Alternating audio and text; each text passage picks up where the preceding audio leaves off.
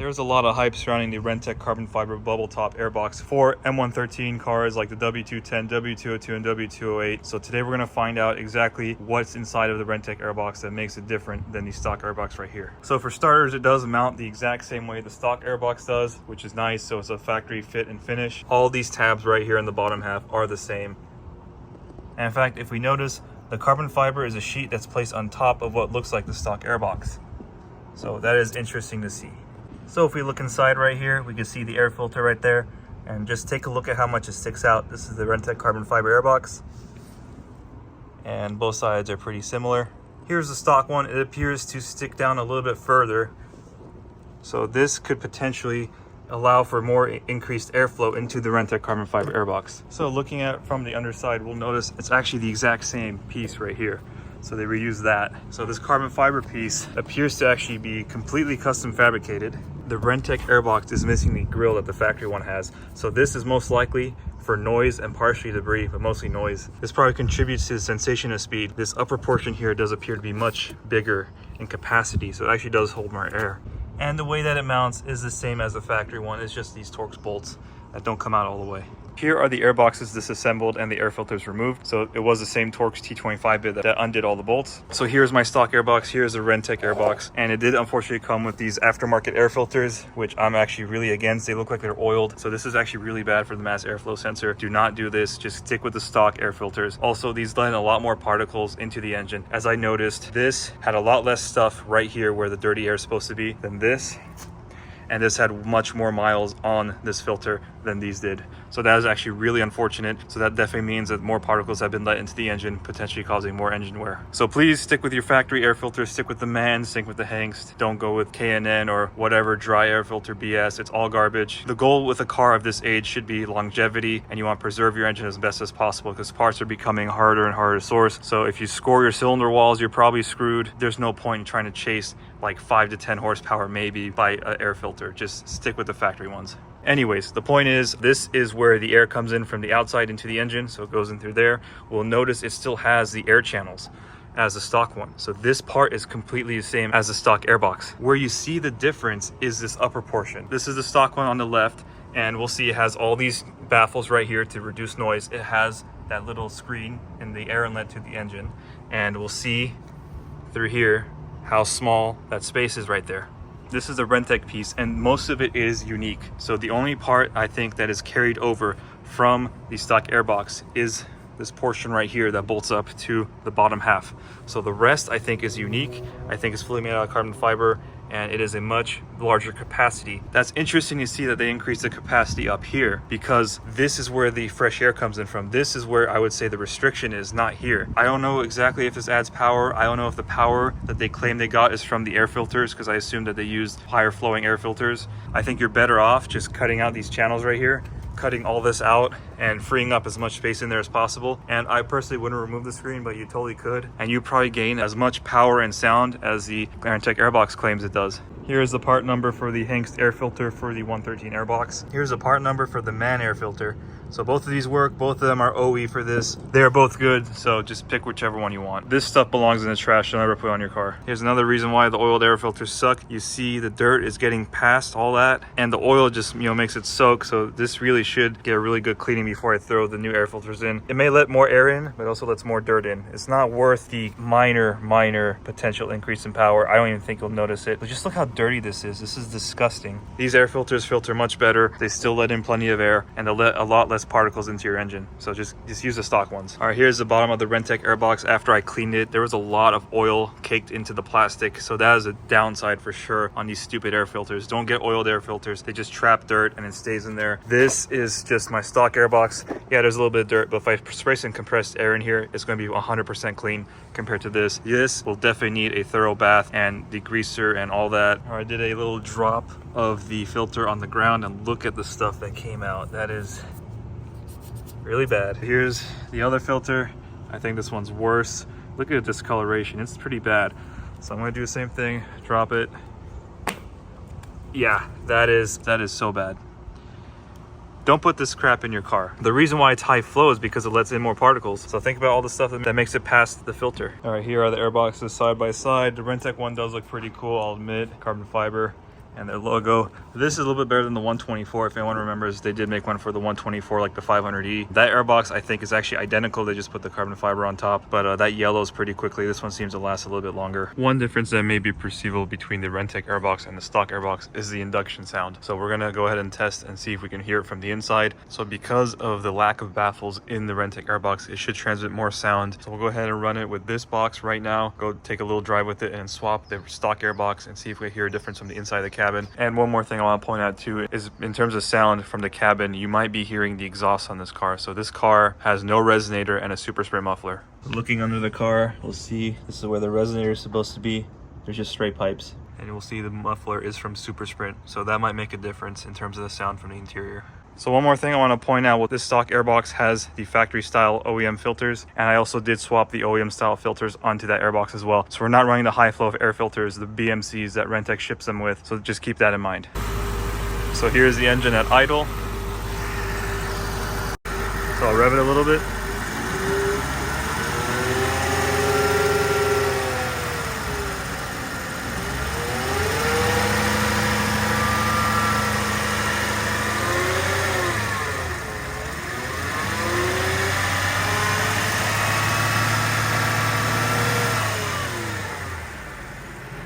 All right, let's see how the stock airbox sounds on this car.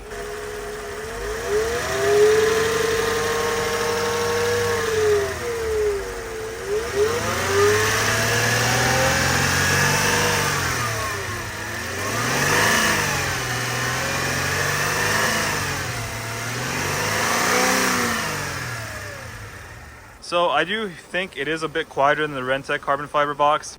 All right, so here we are neutral. We'll rev it from the inside, see if you hear anything different.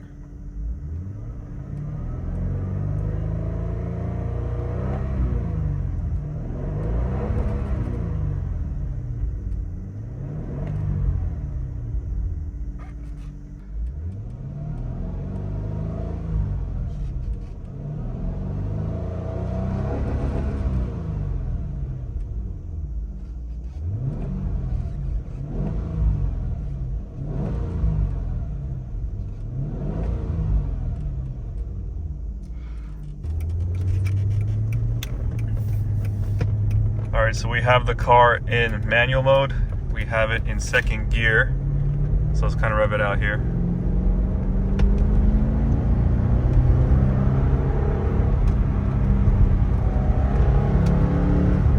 There's third.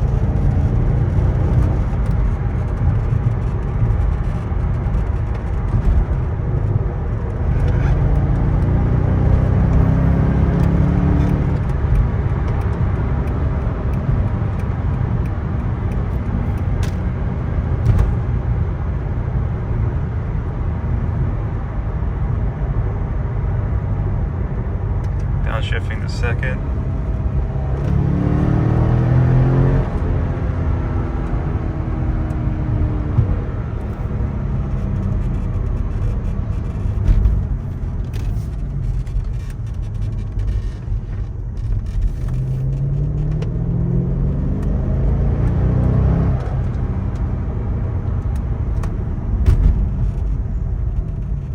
All right, here we are at the same little stretch of road. I filmed that before. Same thing, we're gonna stay in second gear, go to third and downshift.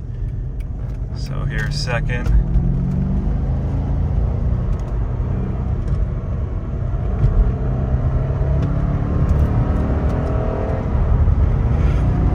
Yeah, it is definitely quieter.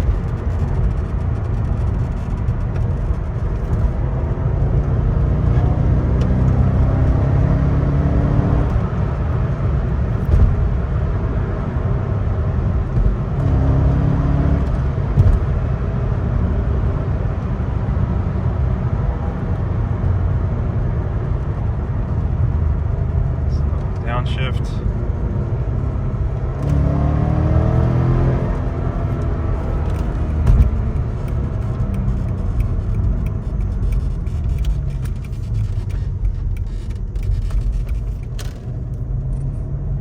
One thing that I am noticing right now, there's a bit less induction noise. Even just driving around like normal driving like under 2,000 RPM, you do hear it a bit less.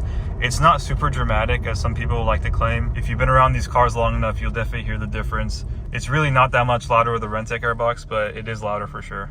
All right, we're back from that little drive. I did definitely notice the difference between the stock Airbox and the Renntech carbon fiber box. So it is actually a little bit more than just looks. So like I said, it did actually feel a little different just driving around town at normal RPMs, not even flooring it. The car felt more relaxed, which was actually a smoother driving experience if you're just driving normally. You just didn't hear as much induction noise flooring it or not flooring it. And then you definitely do notice the throttle response is a little different. So it feels like there's more power on demand. When you give it gas, it just feels more sharp, if that makes sense. I'm probably describing it pretty poorly. So Renntech does claim 10 foot-pounds of torque, and I do kind of believe it. So they did kind of attribute part of the increased power from their airbox to the high flow filters. So in this little unscientific comparison that I did, I used just the stock air filters. They're not the high flow. It's a bit more even, I would say. You could definitely just put those same BMC air filters in this box and get a similar effect. This video proves that it's not just the filters, it is the actual airbox itself. All right, so my theory was because the air inlet was the same on both of these airboxes,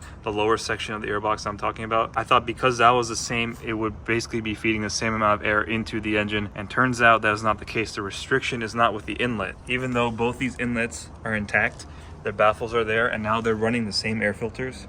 And if we look, the air filters stick down about the same, so those BMC filters are a little bit shorter. The actual restriction is actually with this top portion where the air comes from post filter. So after the air is filtered, it stays in here ready to go into the engine. This is quite a bit bigger than here.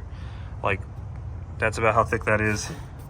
That's how thick that is. There's a lot more room for air to stay in. And I think that's where the increased throttle response comes from, is because there's just more volume of air. This is kind of like on the M113Ks or 156 cars, where you put spacers on the air boxes, so to increase the volume of the air box. So this is kind of that effect, but it's just the whole thing is just larger than that. And same thing, perhaps the volume also adds to the increased induction noise. But I think the biggest factor, since we noticed that the baffles are intact on the inlet section, that the post filter section, there's no baffling on the Renntech airbox. This has quite a bit, so that probably also contributes to the sound. And I also think with all those baffles to block out the sound, it blocks the flow of air, so that's probably why it's a lot quieter and probably why the throttle response is not quite as sharp. Speaking on the carbon fiber quality, it is pretty good, but it's not perfect. We'll see that the clarity of the reflection is not really sharp. It's not yellow at all, I would say, but it's definitely not looking like new. I've seen some of the older 119 Renntech airboxes. They turn quite yellow and they start chipping. This seems to be much higher quality. You can probably get this re-clear coated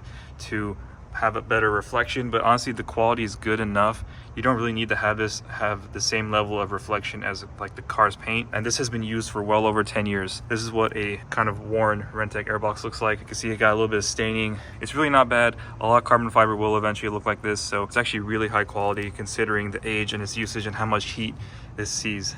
When it's dirty, it definitely looks worse. This little etching you see is from the hood pad, so that's just unfortunate. It does make a little bit of contact with the airbox because it is much larger, so that you could probably wet sand and polish out, but really what's the point? It's pretty imperceivable once it's on the car. So to be honest, I really wasn't expecting this Renntech airbox to actually make a difference, and it does. So I'm pleasantly surprised to say that it does actually make a difference, and it's not just the high flow air filters that they put in the box. So I did end up posting a little short video on Instagram about the airbox and the differences between this and the stock airbox. And I said it probably doesn't make a difference, and a lot of people were kind of butthurt about that comment. And Renntech actually did comment on the video. Yeah, I do agree with them that the butt dyno probably doesn't do much, but on my butt dyno, I did feel a difference. They do attribute some of the power gains to the high flow air filters, which I would never run those filters on my car to just let in way more dirt into your engine than there should be. So the goal of a car of this age should be longevity, not horsepower. So if you're gonna sacrifice letting particles into your engine for a tiny bit of power, buy a different car. One thing that's cool about the carbon fiber is if you were to have the stock B pillars on an E55, they have kind of those dots on the B pillars,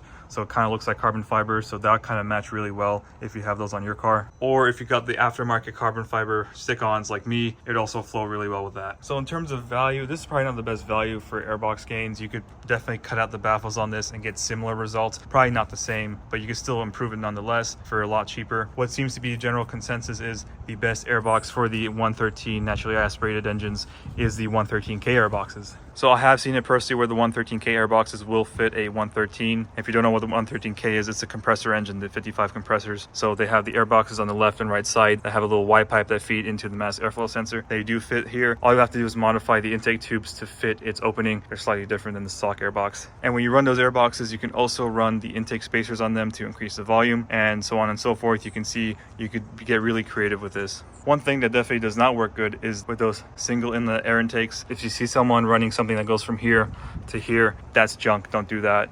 The dual air is way better. So speaking about the dual air, there is another company called Group M that makes a carbon fiber airbox for the 210, and for some reason they decided to go with the single air inlet from the passenger side right here. Of course it's much larger, but then it's just open right here, so it's really not feeding directly air through here.